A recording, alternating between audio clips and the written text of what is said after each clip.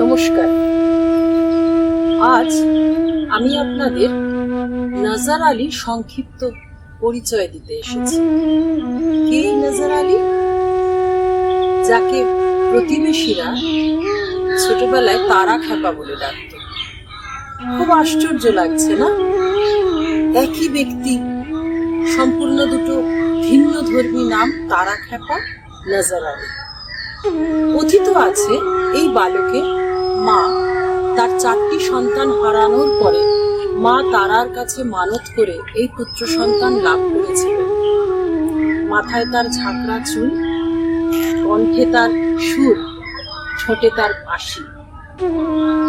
মা নাম রেখেছিলেন ছোট্ট বালকটির দুখু মিয়া। হ্যাঁ, এবার আশা করি আপনারা সকলেই বুঝতে পারছেন আমি কার কথা আজকে বলতে এসেছি। আমি আজকে কাজী নজরুল ইসলামের কথা বলতে এসেছি আপনাদের সাথে।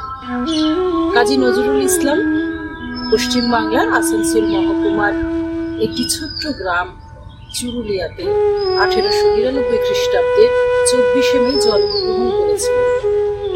ছোট থেকেই এই বালকটির মধ্যে কিন্তু আধ্যাত্মিকতার ভাব প্রবলভাবে দেখা যায়।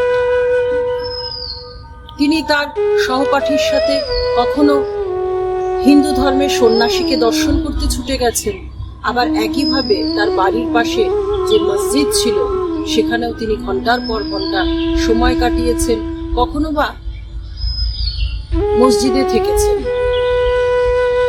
এই বালকটিকে আমরা ছোটবেলা থেকেই দেখি লেটো গানের সাথে যুক্ত হতে। লেটো গান হচ্ছে রামায়ণ এবং মহাভারতের কাহিনী নিয়ে ছোট ছোট গান লেখা, সেটিকেই বলা হয় লেটো গান। এটি কিন্তু কোরআনকেও নিয়ে, কোরআনের বক্তব্যকে নিয়েও কিন্তু, কথাকে নিয়েও কিন্তু গান লেখা হয়। ছোট থেকে কিন্তু কাজী নজরুল ইসলামকে এই লেটো গান বিশেষভাবে আকৃষ্ট করেছিল এবং তিনি এই লেটো গানের দলে মাত্র 9 বছর বয়সে যোগদান করেন এবং তিনি কিন্তু লেটো গান রচনাও শুরু করেন। প্রাণতোষ চট্টোপাধ্যায় কাজী নজরুল ইসলামের সম্পর্কে বলেছেন যে কাজী নজরুল ইসলাম যে মহাপ্রাণকে সারা জীবন ব্যাপী খুঁজেছেন তা হয়তো আমরা সত্যি করে বুঝে উঠতে পারিনি। কাজী নজরুল ইসলামকে আমরা বিদ্রোহী কবি বলে জানি। বিদ্রোহী কবিতা তিনি যখন রচনা করেছিলেন, বিপুল সাড়া জেগেছিল আমাদের বাংলা সাহিত্যে। তার যে শব্দ চয়ন, তার যে ছন্দ একেবারে বাংলা সাহিত্যে বিরল ছিল। যতটাই বিরল ছিল এই বিদ্রোহী কবিতাটি, ঠিক ততটাই কিন্তু তাকে মানুষের কাছ থেকে ঈর্ষা, শাপ সবকিছু তিনি পেয়েছেন। কিন্তু এখানে একটি কথা না বললেই নয়, এই বিদ্রোহী কবিতা যখন উনি লিখেছিলেন, লেখার পরে প্রকাশিত হওয়ার পরের দিনই কিন্তু উনি রবীন্দ্রনাথ ঠাকুরের কাছে ছুটে গিয়েছিলেন। রবীন্দ্রনাথ ঠাকুর কাজী নজরুল ইসলামকে খুবই স্নেহ করতেন এবং তিনি তার বিদ্রোহী কবিতাটা শুনে তাকে বুকে জড়িয়ে ধরে বলেছিলেন, তুমি হবে মহাকবি। হ্যাঁ, সত্যি কাজী নজরুল ইসলাম আমাদের এই পশ্চিম বাংলার বুকে জন্মেছিলেন, সত্যি তিনি মহাকবি। এরপরে তার সাংগীতিক জীবনে আমরা একটু দেখি তাকিয়ে, যে তার যে সঙ্গীতময় জীবন ছিল, বিপুল ভান্ডার নিয়ে তিনি আমাদের কাছে এসেছিলেন। মাত্র 22 বছর তিনি রচনাকাল তার। আমরা জানি কাজী নজরুল ইসলাম পরবর্তীকালে অসুস্থ হয়ে পড়েছিলেন, আর লেখালেখি করতে পারেননি, আমাদেরকে আর সেরকম কিছু দিয়ে যেতে পারেননি। এই 22 বছর সময় কাজী নজরুল ইসলাম 3 থেকে 4 হাজার গান রচনা করেছিলেন। বড় বিস্ময়কর। শুধু তাই নয়, বাংলা গজল গানকে নজরুল এক উচ্চতার শিখরে পৌঁছিয়ে দিয়েছিলেন। তার লেখা গজল গান ভীষণভাবে জনপ্রিয় হয়েছিল। তাছাড়া তার যে সৃষ্টির মধ্যে এক বিশেষ দিক ছিল, তিনি কিন্তু একইভাবে শ্যামা সঙ্গীত লিখেছিলেন। রামপ্রসাদী শ্যামা সঙ্গীতের পর কাজী নজরুল ইসলামের শ্যামা সঙ্গীতে সব থেকে বেশি প্রসিদ্ধ।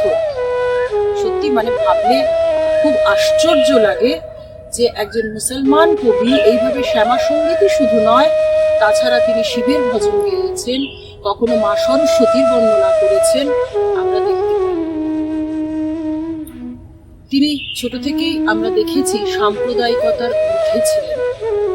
তাই জন্য তাকে আমরা বলতেও শুনেছি যে হিন্দু মুসলমানকে আমি একই ছাদের তলায় হ্যান্ডশেক করাতে চাই। আজকের দিনেও যেটা ভীষণ প্রাসঙ্গিক একটি বিষয়, আমরা কিন্তু কাজী নজরুল ইসলামের মতো করে এখনো আমরা কিন্তু হিন্দু মুসলমান ভাই ভাই হয়ে উঠতে পারছি। কাজী নজরুল ইসলামের আনন্দময়ীর আগমনে যখন প্রকাশিত হয়, তখন ব্রিটিশ সরকার ভীত হয়েছিলেন তার লেখনী দেখে। তাকে কিন্তু 1 বছরের জন্য সশ্রম কারাদণ্ড দেওয়া হয়েছে। এই ছিলেন মানুষটি, কিন্তু এই মানুষটি তো দমার পাত্র নন। পরবর্তীকালে এরকম বহু রচনা করেছে। 1929 সালে 15ই ডিসেম্বর কলকাতার অ্যালবার্ট হলে কাজী নজরুল ইসলামের জন্য একটি সংবর্ধনা সভার আয়োজন করা হয়েছিল। সেখানে বহু গুণীজন উপস্থিত ছিলেন। তার মধ্যে আমাদের নেতাজি সুভাষচন্দ্র বসু তার বক্তৃতায় বলেছিলেন, কারারই লৌহ কপাট, এই গানটি আজাদ হিন্দ ফৌজের জন্য গ্রহণ করা হলো এবং সেনাদের উজ্জীবিত করার জন্য এই গান গাওয়া হবে, যাতে সেনারা এই গানে উজ্জীবিত হতে পারে এবং যুদ্ধ চলাকালীনও একদম প্রতিদিন এই গান শোনা হবে।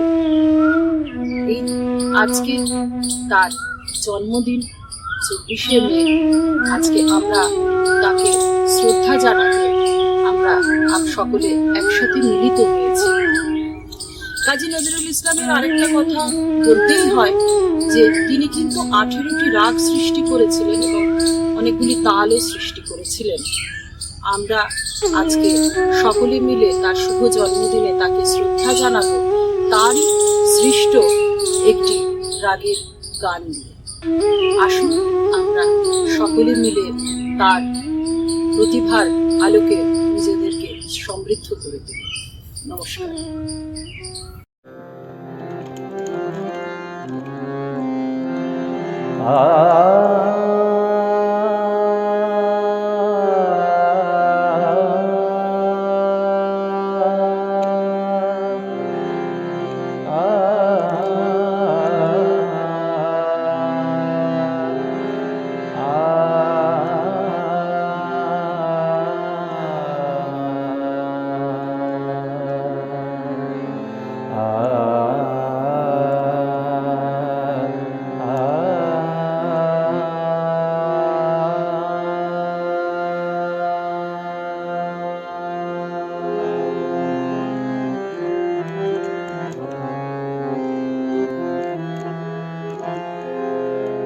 জাগরণ ভৈরব জাগো হে শিব ধ্যানী, জাগরণ ভৈরব জাগো হে শিব ধ্যানী, শোনাও তিমির ভীত বিষে নবদিনের বাণী,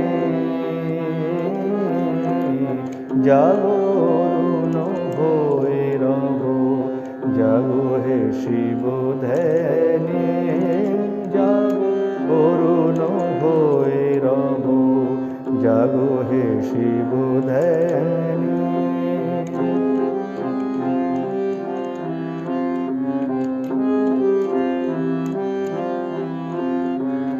তোমার তপতে যে শিব দগ্ধ বুঝি হয় ত্রিদেব, তোমার তপতে যে শিব দগ্ধ বুঝি হয় ত্রিদেব, শরণাগত চরণে তব হেরো নিখিল প্রাণে, জাগরণ ভৈরব জাগো হে শিব ধ্যানী, জাগরণ ভৈরব জাগো হে শিব ধ্যানী।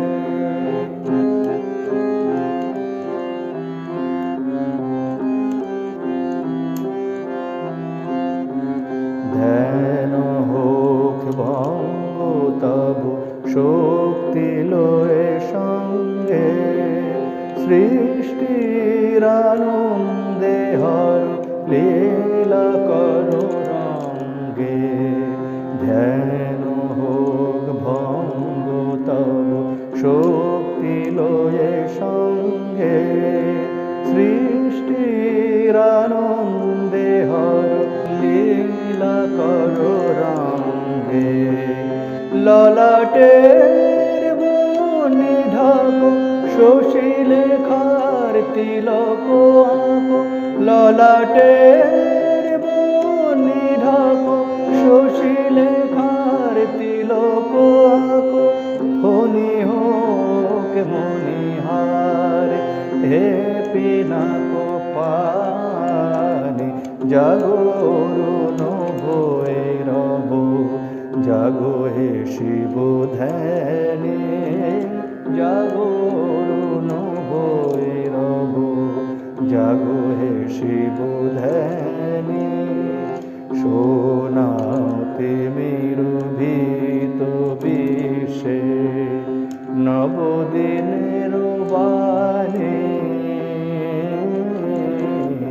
জাগরুণ ভৈরব জাগো হে শিব ধ্যানে, জাগরুণ ভৈরব জাগো হে শিব ধ্যানে, জাগো হে শিব ধ্যানে, জাগো হে শিব ধ্যানে।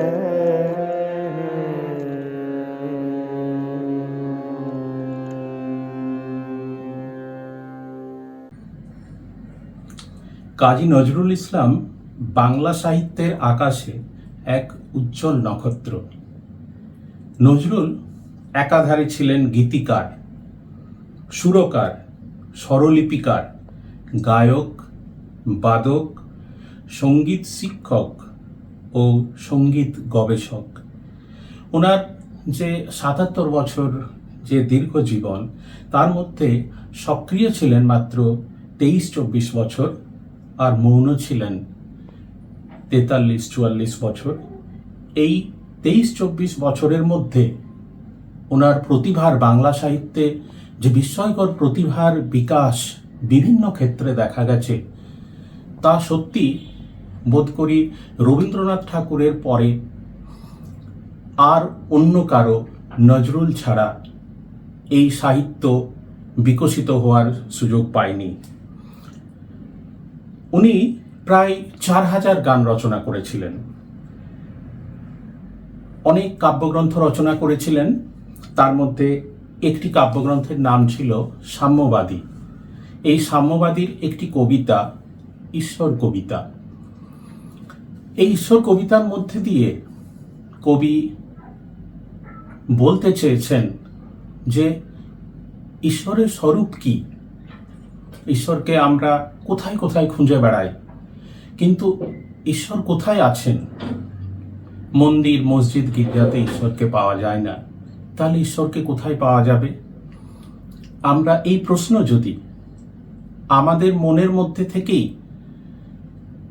এই প্রশ্নের উত্তর খোঁজার চেষ্টা করি, তাহলে আমরা দেখব কবি বলেছেন যে মানুষের হৃদয়েই এই মানবিকতার যখন বিকাশ হয়ে ওঠে, মানবিকতা এই গুণ যখনই একটি মানুষের মধ্যে বিকশিত হয়, তখন আমরা ঈশ্বরকে ঠিক খুঁজে পেয়ে থাকি।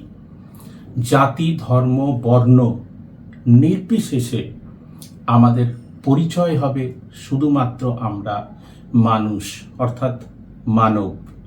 আমাদের আর অন্য কোনো পরিচয় থাকবে না, কোনো ভেদভাব থাকবে না। উচ্চ নিচ, গরিব, বড়লোক সবার মধ্যে আমরা যখন সেই ঈশ্বরের সন্ধান পেয়ে যাব, অর্থাৎ আরো সংক্ষিপ্তভাবে বললে মনে হবে বা আমরা এটা বোঝাতে পারি, তুমি সেই একটি মানুষের উত্তরণ তার মানবিকতার মধ্যে দিয়ে হয়। এই হচ্ছে ঈশ্বর কবিতাতে নজরুলের বক্তব্য। নজরুলকে বাংলার আমির খসরুও বলা হয়ে থাকে। গজল গান এক নতুন মাত্রায় নজরুল নিয়ে এসেছিলেন, যদিও এর আগে গজল গান অনেকে লিখেছিলেন। কৃষ্ণনগরে থাকার সময় 1923 সালে গজল গান লেখা কবি নজরুল শুরু করেছিলেন, যা কিনা নজরুলিয়া গজল নামেও পরিচিতি লাভ করেছিল। এবার আসি সৌগাত পত্রিকাতে। উর্দু গজলের সুরে কবি দুটি গান এই সৌগাত পত্রিকায় প্রথম প্রকাশ করা হয়েছিল। আগে আসে বসন্ত ফুলবনে, এটি একটি গজল গান। আবার অনেকের মতে বাগিচায় বুলবুলি তুই, এটি হচ্ছে কবির প্রথম গজল গান। সে যাই হোক, ওনার প্রথম যে গ্রন্থটি, যাতে অনেক গজল গান ছিল, সেটির নাম বুলবুল, এবং এটি উনি ওনার বন্ধু দিলীপ রায়কে উৎসর্গ করেছিলেন, কেননা উনি কবির এই গান প্রথম সম্প্রচার করেছিলেন। আমরা এখন কবির সাম্যবাদী কাব্যগ্রন্থের একটি কবিতা ঈশ্বর শুনব আবৃত্তি, এবং তারপরেই আমরা একটি কবির গজল গান শুনব। কে তুমি খুঁজিছ জগদীশে ভাই আকাশ পাতাল জুড়ে, কে তুমি ফিরিছ বনে জঙ্গলে, কে তুমি পাহাড় চূড়ে। হাই ঋষি দরবেশ, বুকের মানিকে বুকে ধরে তুমি খোঁজো তারে দেশ দেশ। সৃষ্টি রয়েছে তোমা পানে চেয়ে, তুমি আছো চোখ বুজে। স্রষ্টারে খোঁজো, আপনারে তুমি আপনি ফিরিছ খুঁজে। ইচ্ছা অন্ধ, আঁখি খোলো, দেখো দর্পণে নিজ কায়া। দেখিবে তোমারই সব অবয়বে পড়েছে তাহার ছায়া। শিহরি উঠো না, শাস্ত্রবিদেরে করোনা কো বীর ভয়। তাহারা খোদার খোদ প্রাইভেট সেক্রেটারি তো নয়। সকলের মাঝে প্রকাশ তাহার, সকলের মাঝে তিনি। আমারে দেখিয়া আমার অদেখা জন্মদাতারে চিনি। রত্ন লইয়া বেচা কেনা করে বণিক সিন্ধু কুলে। রত্নাকরের খবর তা বলে পুছো না ওদের ভুলে। উহারা রত্ন বেনে, রত্ন চিনিয়া মনে করে ওরা রত্নাকরেও চেনে। ডুবে নাই তারা অতল গভীর রত্ন সিন্ধু তলে। শাস্ত্র না ঘেটে ডুব দাও সখা সত্য সিন্ধু জলে। বকুলে চাপার বনে কে মোর চাঁদের স্বপন জাগালে। অনুরাগের সোনার রঙে হৃদয়ে গগন রাঙালে।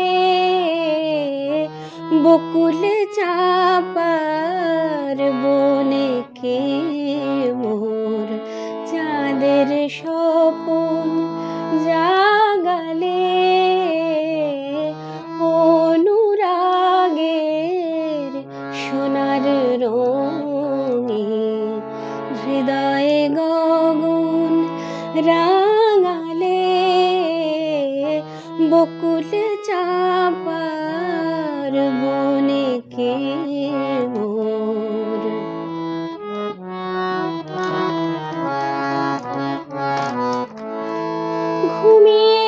ঘুমিয়েছিলাম কুমুদ কুড়ি বিজন ঝিলের নীল জলে। ঘুমিয়েছিলাম কুমুদ কুড়ি বিজন ঝিলের নীল জলে।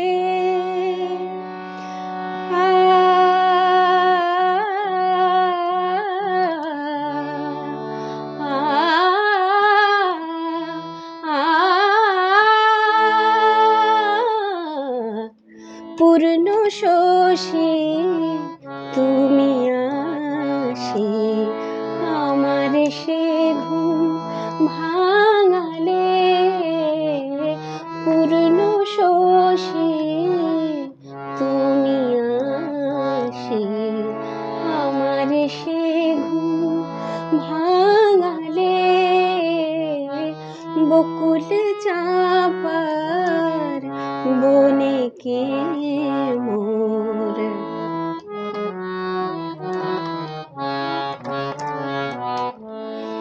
হে মায়াবী তোমার ছোঁয়ায় সুন্দর আজ আমার তনু, তোমার মায়ায় রচিল মোর বাদল মেঘে ইন্দ্রধনু। হে মায়াবী তোমার ছোঁয়ায় সুন্দর আজ আমার তনু, তোমার মায়ায় রচিল মোর বাদল মেঘে ইন্দ্রধনু। তোমার টানে হে দরদি দোল খেয়ে যায় কানন নদী। তোমার টানে হে দরদি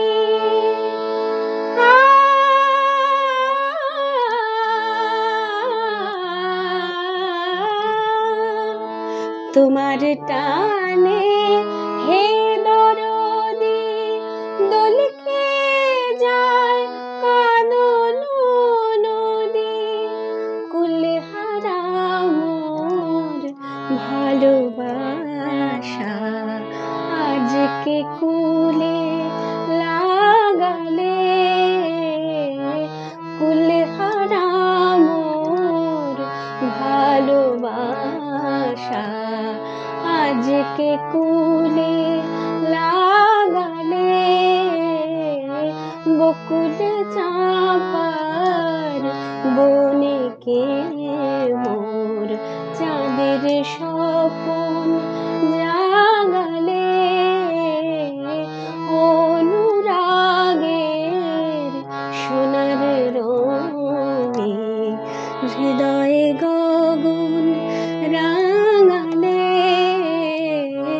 বকুল চাঁপার বনে কে মোর, বকুল চাঁপার বনে কে মোর, বকুল চাঁপার বনে কে মোর। 1922 সালের 26শে সেপ্টেম্বর কাজী নজরুল ইসলাম রচনা করেন আনন্দময়ীর আগমনে কবিতাটি। এই কবিতাটি প্রকাশিত হয় ধূমকেতু পত্রিকায়। বিদ্রোহী কবি তাঁর ক্ষুব্ধ মনের জ্বালাময়ী প্রকাশের জন্য তিনি হিন্দু পুরাণ থেকে বেশ কিছু শব্দ চয়ন করে তা রূপক হিসেবে ব্যবহার করেন এই কবিতাটিতে। সেই সব চরিত্রগুলিকে নানা অবতারের রূপ ধরে অসংখ্য শত্রু ধ্বংস করতে দেখি আমরা। আনন্দময়ীর আগমনে শীর্ষক কবিতার জন্য তাঁকে ব্রিটিশ সরকার কারাগারে বন্দি করে রেখেছিলেন, কিন্তু এই সাহসী কবি, বিদ্রোহী কবি, সাম্যবাদের কবিকে ব্রিটিশ সরকার কোনোভাবেই পরাস্ত করতে পারেননি। বরং নতুন উদ্যমে কবি ব্রিটিশ শাসনের শোষণের বিরুদ্ধে কলম ধরেছিলেন। আর কতকাল থাকবি বেটি মাটির ঢেলার মূর্তি আড়াল। স্বর্গ যে আজ জয় করেছে অত্যাচারী শক্তি চাঁড়াল। দেব শিশুদের মারছে চাবুক, বীর যুবাদের দিচ্ছে ফাঁসি। ভূভারত আজ কসাইখানা, আসবি কখন সর্বনাশী। দেব সেনা যে টানছে ঘানি, তেপান্তরের দীপান্তরে। রণাঙ্গনে নামবে কে আর, তুই না এলে কৃপাম ধরে। বিষ্ণু নিজে বন্দি আজি, 6 বছরই ফন্দি কারায়। চক্র তাহার চরকা বুঝি, ভণ্ড হাতে শক্তি হারায়। মহেশ্বর আজ সিন্ধু তীরে, যোগাসনে মগ্ন ধ্যানে। অরবিন্দ চিত্ত তাহার ফুটবে কখন কে সে জানে। সদ্য অসুর গ্রাসচ্যুত ব্রহ্মাচিত্র রঞ্জনে হায় কমণ্ডলুর শান্তি বাড়ি সিঞ্চি যেন চাঁদ নদিয়ায়। শান্তি শুনে তিক্তেও এমন কাঁদছে আরো ক্ষিপ্ত রবে, মরার দেশে মরা শান্তি সে তো আছেই, কাজ কি তবে? শান্তি কোথায়, শান্তি কোথায় কেউ জানি না, মা গো তোর ওই দনুজ দলন সংহারিণী মূর্তি বিনা। দেবতারা আর জ্যোতিহারা ধ্রুব তাদের যায় না জানা, কেউ বা দেব অন্ধ মাগো, কেউ বা ভয়ে দিনে কানা। সুরেন্দ্র আজ মন্ত্রণা দেন দানব রাজার অত্যাচারে, দম্ভ তাহার দম্ভলি ভীম বিকিয়ে দিয়ে ৫,০০০। রবির শিখা ছড়িয়ে পড়ে দিক হতে আজ দিগন্তরে, সে কর শুধু পোষল না মা অন্ধকারার বন্ধ ঘরে।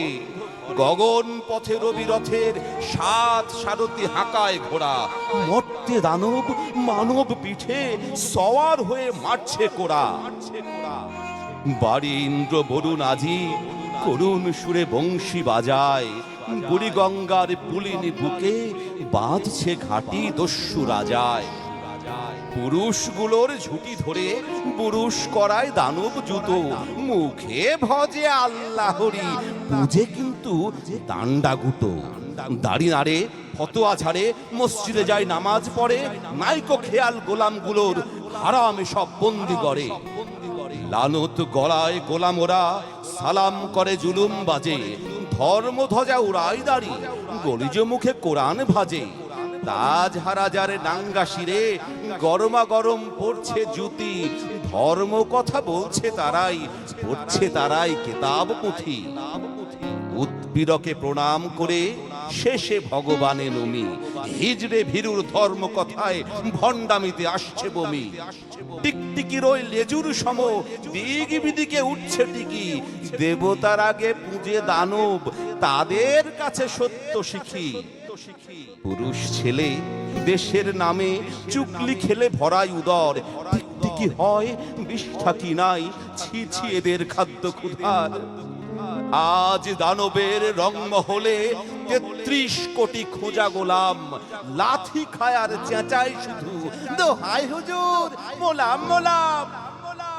মাদিগুলোর আদি দোষই অহিংসা বল নাকি নাকি, খাড়াই কেটে কর্মা বিনাশ নপুংসকের প্রেমের ফাঁকি।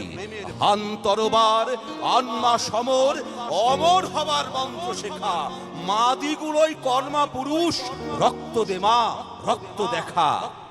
লক্ষ্মী সরস্বতীকে তোর আইমা রেখে কমল বনে, বুদ্ধি পুরো সিদ্ধিদাতা গণেশ টনেশ চাইনা রনে।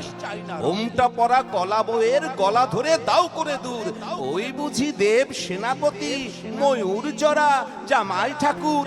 দূর করে দে দূর করে দে এসব পালাই সর্বনাশী, চাই না কই ভাং খাওয়া শিব নেক দিয়ে তাই গঙ্গা মাসি। তুই একা আয় পাগলি বেটি তাথই তাথই নৃত্য করে, রক্ত তৃষায় মেয়ে ভুকাহুর কাঁদন কীর্তন কণ্ঠে ধরে। মেয়ে ভুকাহুর রক্ত খেপে ছিন্ন মস্তা আয় মা কালী, গরুর বাগে শিব সেনা তোর হুঙ্কারে ওই জয় আকালী। এখনো তোর মাটির করা মৃন্ময়ী ওই মূর্তি হেরি দু চোখ পুড়ে জল আসে মা, আর কত কাল করবি দেরি।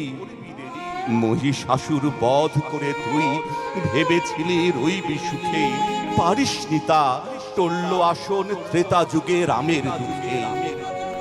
আর এলিনে রুদ্রাণী তুই জানিলে কেউ ডাকলো কিনা, রাজপুতনায় বাজলো হঠাৎ ভুকাহুর রক্ত বিনা। বৃথায় গেল সিরাজ টিপু মীর কাসিমের প্রাণ বলিদান, চণ্ডী মিলি যোগমায়া রূপ বলল সবাই বিধির বিধান। হঠাৎ কখন উঠলে খেপে বিদ্রোহিনী ঝাঁসি রানী, খেপা মেয়ের অভিমানে এলিনে তুই মা ভবানী। এমনি করে ফাঁকি দিয়ে আর কতকাল নিবি পূজা, পাষাণ বাপের পাষাণ মেয়ে আয় মা এবার দশভুজা। বছর বছরে অভিনয়, অপমান তোর পূজা নয়। কি দিস আশিস কোটি ছেলের প্রণাম চুরির বিনিময়ে। অনেক পাঠা মোষ খেয়েছিস, রাক্ষসী তোর যায়নি ক্ষুধা। আয় পাশানি এবার নিবি আপন ছেলের রক্ত সুধা। দুর্বলদের বলি দিয়ে ভীরুর এহীন শক্তি পূজা দূর করে দে। বলমা ছেলের রক্ত মাগে দশভুজা। সেই দিন হবে জননী তোর সত্যিকারের আগমনী। বাজবে বোধন বাজনা, সেদিন গাইব নবজাগরণী। ম্যায় ভুখাহু মাই বলি, আয় মা এবার আনন্দময়ী। কৈলাস হতে গিরিরানীর মা দুলালি কন্যা ওই। আয় উমা আনন্দময়ী।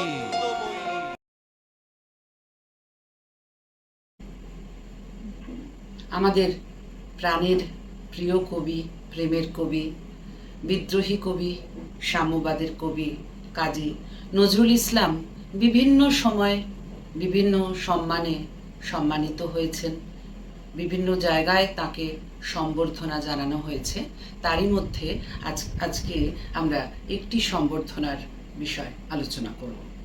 সওগাত পত্রিকার তরফ থেকে কবি কাজী নজরুল ইসলামকে সম্বর্ধনা দেওয়ার জন্য আয়োজন করা হয়। সেটি হয় কলকাতার অ্যালবার্ট হলে। দিনটি ছিল 1929 সালের 15ই ডিসেম্বর, রবিবার বেলা 2টোর সময় শুরু হয় এই সম্বর্ধনা সভা। এই সম্বর্ধনা সভাটি আচার্য প্রফুল্লচন্দ্র সেনের সভাপতিত্বে অনুষ্ঠিত হয়। সভায় বহু বিশিষ্ট ব্যক্তিদের মধ্যে উপস্থিত ছিলেন শ্রী সুভাষচন্দ্র বসু, অপূর্ব কুমার চন্দ, করুণানিধান বন্দ্যোপাধ্যায়, শ্রী জলধর সেন, এস ওয়াজেদ আলী প্রমুখ। এত সমস্ত বিশিষ্ট বিদ্বজনেদের মধ্যে অনেক প্রবীণ কবি, প্রবীণ সাহিত্যিক এবং নবীন ও প্রবীণ রাজনীতিবিদেরাও উপস্থিত ছিলেন সেদিন সেই সভায় নজরুলকে একটি পুষ্পসজ্জিত গাড়িতে করে নিয়ে আসা হয়েছিল এবং নজরুলকে নিয়ে আসার পরে চারিদিকে বিপুল জয়ধ্বনি শুরু হয়। তার থেকেই বোঝা যায় যে নজরুল তার রচনা দিয়ে মাত্র 30 বছর বয়সে কিভাবে জনগণের মন জয় করেছিলেন। সেই সম্বর্ধনা সভায় নজরুল সম্বর্ধনা সমিতির সভাপতি এস ওয়াজেদ আলী অভিনন্দন পত্র পাঠ করেন। সোনার দোয়াত এবং রূপার চোঙায় কলম এইটি দিয়ে তাকে পুরস্কৃত করা হয় এবং সেই সঙ্গে একটি মানপত্র প্রদান করা হয় তাকে। নজরুলের কবিতায় আত্মচেতনায় উদ্বুদ্ধ হয়েছিল তখনকার মানুষেরা, শুধু তখনকার নয়, এখনো আমরা যখন এই তরুণ সাম্যবাদী কবি নজরুলের বিদ্রোহী কবিতা, কামাল পাশা কবিতা, সাম্যের গান কিংবা কান্ডারি হুঁশিয়ার কবিতা পাঠ করি অথবা আবৃত্তি করি, চতুর্দিকের এই শোষণ, এই বিভাজন এবং অসাম্য সৃষ্টিকারী শক্তির বিরুদ্ধে আমাদের মন সোচ্চার হয়ে ওঠে। আজকে এখানে আমরা এখন পাঠ করব সেই মানপত্রটি যেটি অ্যালবার্ট হলের সম্বর্ধনা সভায় কাজী নজরুল ইসলামের উদ্দেশ্যে পাঠ করা হয়েছিল। কবি নজরুল ইসলাম, করকমলেশ্বর কবি, তোমার অসাধারণ প্রতিভার অপূর্ব অবদানে বাঙালিকে চিরঋণী করিয়াছ তুমি। আজ তাহাদের কৃতজ্ঞতা সিক্ত সশ্রদ্ধ অভিনন্দন গ্রহণ কর। তোমার কবিতা বিচার বিস্ময়ের ঊর্ধ্বে, সে আপনার পথ রচনা করিয়া চলিয়াছে পাগলা ঝোড়ার জলধারার মতো। সেই স্রোতধারায় বাঙালি যুগ সম্ভাবনার বিচিত্র লীলাবিম্ব দেখিয়াছে। আজ তুমি তাহাদের বিস্ময়মুগ্ধ কণ্ঠের অভিনন্দন লও। বাংলার সরস কাব্যকুঞ্জ তোমার প্রাণের রঙে সবুজ মহিমায় রাঙিয়া উঠিয়াছে। তাহার ছায়া বাঙালির পলকহারা নীল নয়নে নিবিড় স্নেহ অঞ্জন মাখাইয়া দিয়াছে। আজ তুমি তাহাদের মুগ্ধ নয়নের নির্বাক বন্দনা গ্রহণ করো। তুমি বাঙালির ক্ষীণ কণ্ঠে তেজ দিয়াছ, মূর্ছাতুর প্রাণে অমৃতধারা সিঞ্চন করিয়াছ। আজ অরুণসার তরুণ দ্বারে দাঁড়াইয়া তাহারা তোমার মরণজীবী সুকণ্ঠের জয় ইঙ্গিত নতমস্তকে বরণ করিতেছে। তাহাদের হাতের পতাকা তোমার মহিমার উদ্দেশ্যে অবনমিত হইয়াছে। জাতিরে অভিবাদনে তুমি ধন্যবাদ করো। তুমি বাঙালির মধুবনের শ্যামা কোয়েলার কণ্ঠে ইরানের গুলবাগিচার বুলবুলের বুলি দিয়াছ। রসালের কণ্ঠে সহকার সাথে আঙুর লতিকার বাহুবন্ধন রচনা করিয়াছ। তুমি বাঙালির শ্যাম ও শান্ত কণ্ঠে ইরানি শাকির লাল সিরাজির আবেশ বিহ্বলতা দান করিয়াছ। আজ তোমার আসন প্রান্তে হাতের বাসিয়ে রাখিয়া তাহারা তোমার সম্মুখে দাঁড়াইয়াছে। তুমি তাহাদের শ্রদ্ধা সুন্দর চিত্ত নিবেদন গ্রহণ করো। ধুলার আসনে বসিয়া মাটির মানুষের গান গাহিয়াছ কবি তুমি, সে গান অনাগত ভবিষ্যতে। তোমার নয়ন সায়রে তাহার ছায়াপাত হইয়াছে। মানুষের ব্যথা বিষে নীল হইয়া সে তোমার কণ্ঠে দেখা দিয়েছে। ভবিষ্যতের ঋষি তুমি, চিরঞ্জীব মনীষী তুমি। তোমাকে আজ আমাদের সবাকার মানুষের নমস্কার। আমরা আমাদের অনুষ্ঠানের একেবারে শেষ পর্যায়ে এসে গেছি। এখন আমরা যে গানটি শুনব সেই গানটি খেলা শেষ হলো, শেষ হয় নাই বেলা। এই গানটি কবির লেখা শেষ গান। কবি এই গানটি যখন লিখেছিলেন তখন কবি কিন্তু অসুস্থ ছিলেন এবং পরবর্তীতে আমরা দেখেছি কবি ধীরে ধীরে নির্বাক হয়ে গেছেন। একটু আগেই আমরা শুনলাম কবিকে যখন সংবর্ধনা সভায় মানপত্র দেওয়া হয়েছিল তখন বিদ্বজনেরা গুণীজনেরা বলেছিলেন তিনি হবেন ভবিষ্যতের ঋষি। সত্যি হয়তো কবি এই সময় আধ্যাত্মিকতার পথে যাওয়ার প্রস্তুতি ছিল। মানব জীবনের যে স্বাভাবিক ধর্ম সেখান থেকে তিনি হয়তো আধ্যাত্মিকতার পথে চলেছিলেন। সেই জন্যই এই গানটি যখন লিখেছিলেন গানটির মধ্যে অনেক কাটাকাটি করতে দেখা গেছে। কমল দাশগুপ্ত মহাশয় দেখেছেন এবং উনি যখন দেখছেন তখন দেখছেন যে খেলা শেষ হলো, শেষ হয় নাই বেলা। এই গান লেখা হয়েছে। আসুন আমরা কবির লেখা তার শেষ গানটি শুনব। খেলা শেষ হলো, শেষ হয় নাই বেলা। খেলা শেষ হলো, শেষ হয় নাই বেলা। কাঁদিও না, কাঁদিও না, তবু তরে রেখে গেল প্রেমানন্দ মেলা। শেষ হয় নাই বেলা। খেলা শেষ হলো, শেষ হয় নাই বেলা। খেলো খেলো তুমি, আজও বেলা আছে। খেলা শেষ হলে যে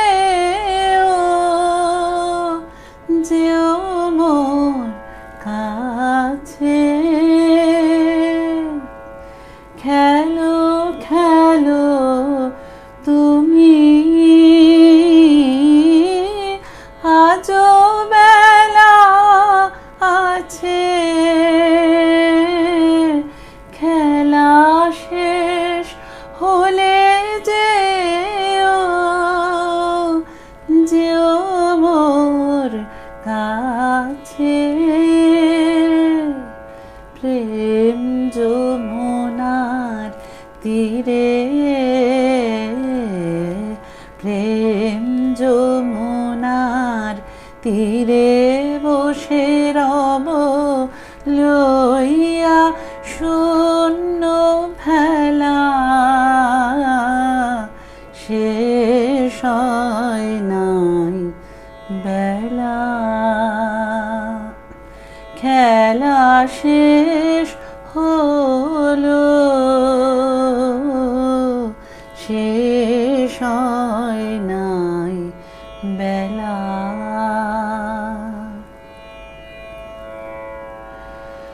যাহারা আমার বিচার করেছে, ভুল করিয়াছে জানি,